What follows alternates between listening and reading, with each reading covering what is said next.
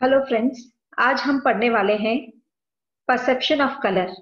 रंग का आभास क्या होता है, रंग किसे कहते हैं, रंग का आभास किसे कहते हैं और रंग के आभास को हम कैसे परसीव करते हैं।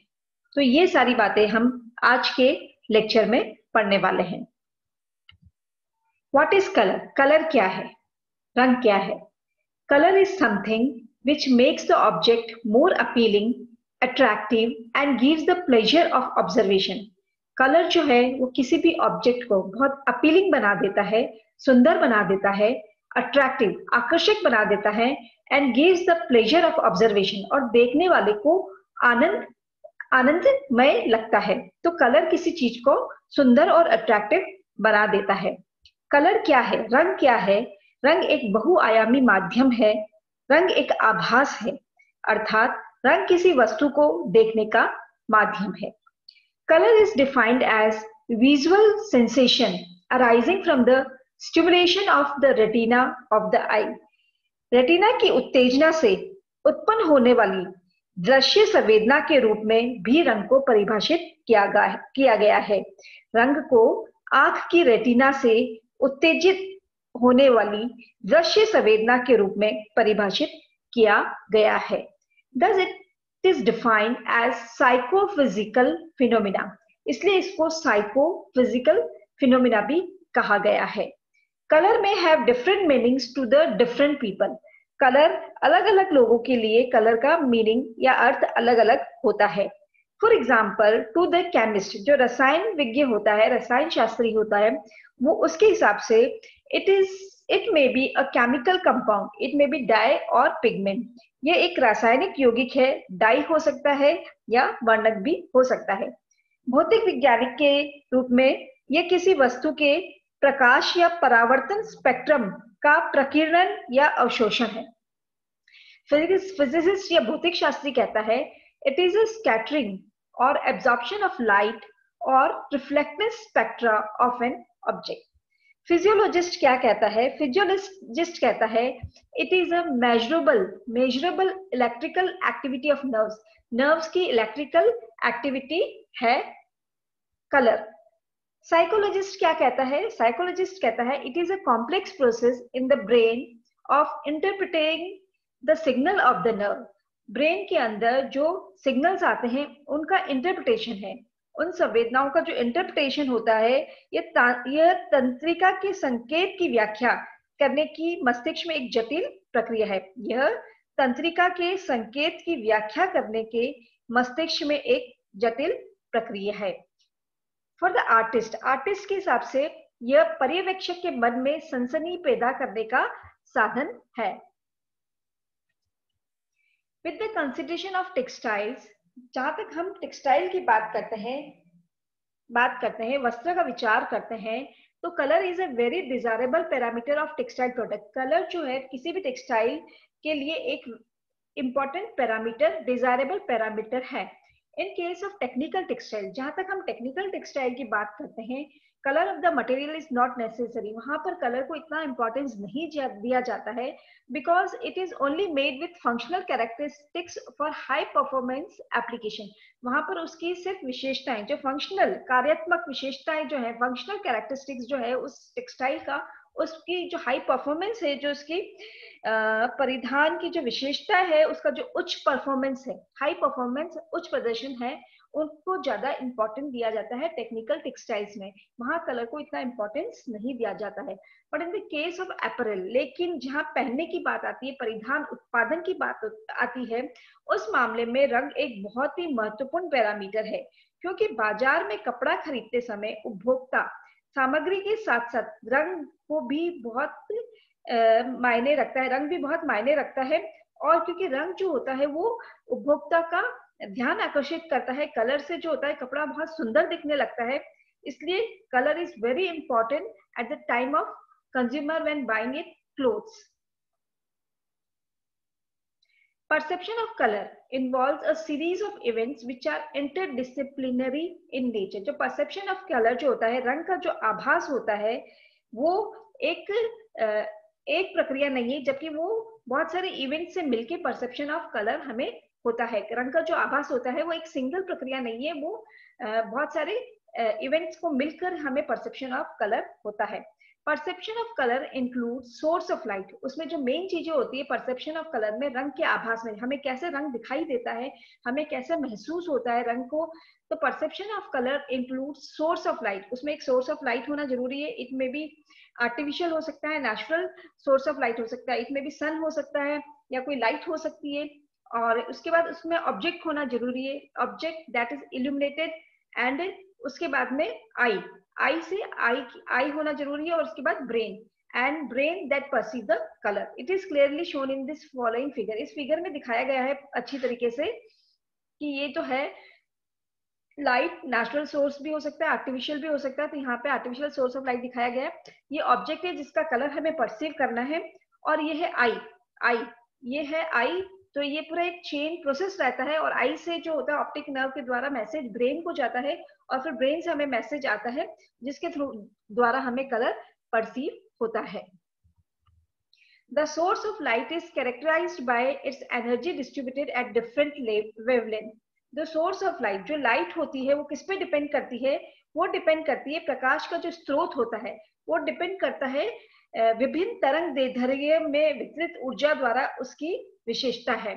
The source of light is characterized by its energy distributed at different wavelength. जो लाइट होती है वो डिफरेंट वेवलेंथ की होती है, और उसमें एनर्जी जो होती है एनर्जी के रूप में डिस्ट्रीब्यूट होती है।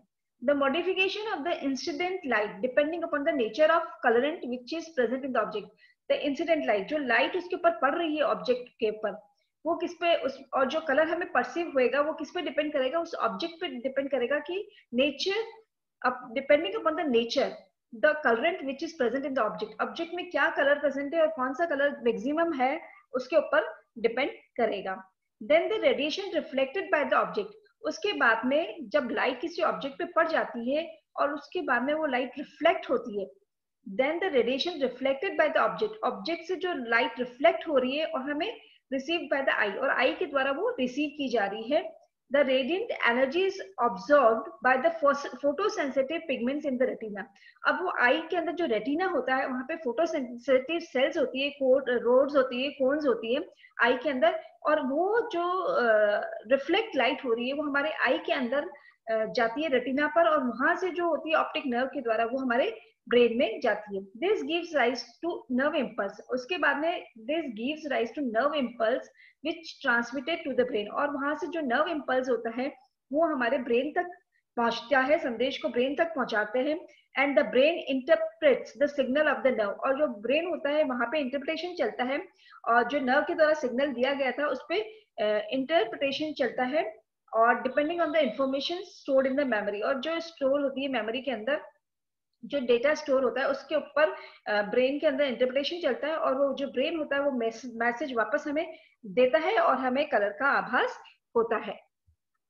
Source of light, light is a form of energy and it propagates in the form of electromagnetic waves. Light is a form of energy. Light जो है वो एनर्जी के फॉर्म में होती है, and it propagates in the form of electromagnetic waves. वो electromagnetic waves के रूप में propagate करती है।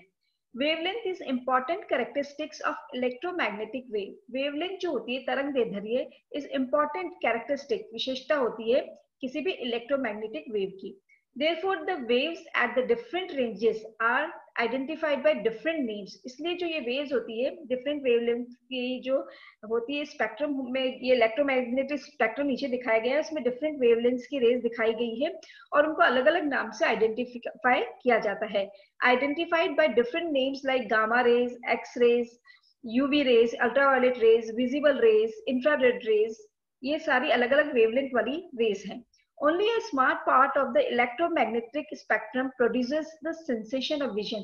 बहुत ही small part of जो होता है इस इलेक्ट्रोमैग्नेटिक वेव्स का, जो हमारे 400 से लेके 750, 350 से लेके 750 तक की जो वेवलेंथ वाले नैनोमीटर्स वाली जो रेज होती है वो विजिबल रेज के अंदर आती है और वही हमारी आंखों को दिखाई देती है। उससे इधर वाली रेज भी नहीं दिखाई देती है, 350 से कम वाली भी नहीं दिखाई देती है, और 750 से ज्यादा वाली वेवलेंथ वाली रेज भी हम नहीं देख सकते हैं। तो the wavelength of the visible region, जो विजिबल रीजन है visible region varies from 380 to 750 nanometers. अब इसमें ये एक पिक्चर दिखाया गया है जिसके अंदर white light is coming. White light मतलब जो भी सोर्स ऑफ लाइट है जो आती है, जैसे सन से जो भी लाइट आ रही है वो व्हाइट लाइट होती है. White light is coming on the surface, और ये व्हाइट सरफेस है. तो व्हाइट सरफेस पे जब व्हाइट लाइट आ रही है तो सारी की सारी लाइट्स जो हो रही है वो रिफ्लेक्ट हो रही है. तो व्हाइट लाइट गेट्स रिफ्लेक्टेड. इसमें से सारी की सारी लाइट रिफ्लेक्ट हो रही है. तो हमें जो ऑब्जेक्ट दिखाई देगा वो व्हाइट दिखाई देगा. इसके बाद में व्हाइट लाइट कमिंग इन, यहाँ पे व्हाइट लाइट आ रही है और ये सरफेस जो है वो रेड सरफेस है. जब रेड ऑब्जेक्ट पे या रेड सरफेस पे व्हाइट लाइट गिर रही है तो only red light is reflected.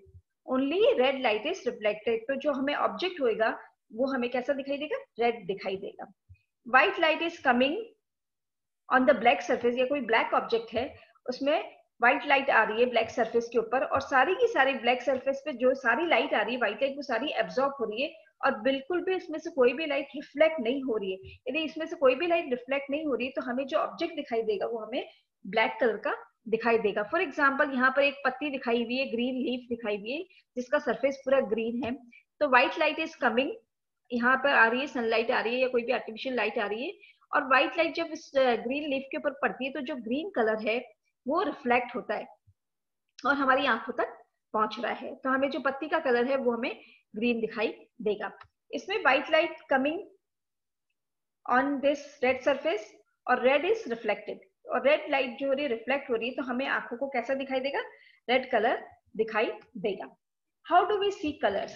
The absorption and reflection of light waves by various materials result in human perception of color as follows. The absorption and reflection, कितनी absorb कर गई है और कितनी लाइट रिफ्लेक्ट हो रही है उस पर डिपेंड करेगा कि हमें कौन सा कलर दिखाई दे रहा है. Most material absorb light of some frequency and reflect the rest. कुछ मटेरियल्स क्या करते हैं? एब्जॉर्ब, कुछ लाइट को एब्जॉर्ब कर देते हैं और कुछ को रिफ्लेक्ट कर देते हैं. If material absorb certain frequency of light, that frequency will not be reflected, so its color will not be perceived by the observer. जो एब्जॉर्ब कर रही है वो लाइट हमें उसका कलर नहीं दिखाई देगा, लेकिन जो रिफ्लेक्ट कर रहा है वो कलर हमें दिखाई देगा. If the material does not absorb a certain frequency of light, that frequency will be reflected, so its color will be perceived by the observer. If the material does not absorb a certain frequency of light, यदि material जो है certain frequency of light को absorb नहीं कर रहा है और वो फ्रीक्वेंसी ऑफ लाइट रिफ्लेक्ट कर रहा है, so its colour will be perceived by the observer. तो वो जो फ्रीक्वेंसी की लाइट रिफ्लेक्ट कर रहा है तो वो कलर हमें ऑब्जर्वर को, जो देखने वाला है, उसको दिखाई देगा. If all colours of light are reflected by a material, सारी की सारी लाइट रिफ्लेक्ट हो रही है, इट विल अपीयर व्हाइट. जितनी लाइट आ रही है उतनी की उतनी लाइट वापस से रिफ्लेक्ट हो रही है. इट मीन्स जो मटेरियल होगा या जो ऑब्जेक्ट होगा वो हमें व्हाइट दिखाई देगा.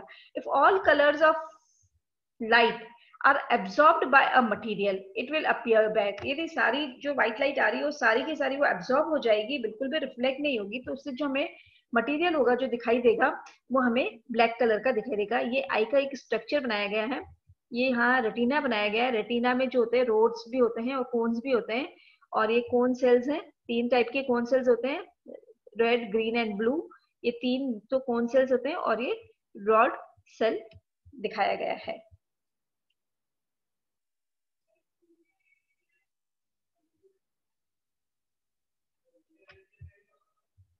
Thank you.